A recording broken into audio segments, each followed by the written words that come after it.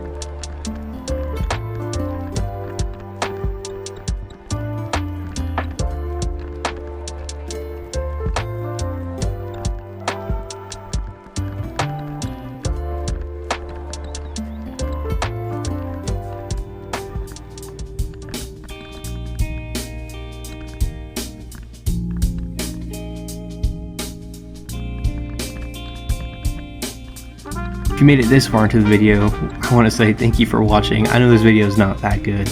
It's my first ever video, especially with this GoPro and the fact that this video was a live stream too. This is my first time doing this, so I appreciate you guys being there and watching. Please like and subscribe. And with that being said, I hope you guys have a great rest of your day.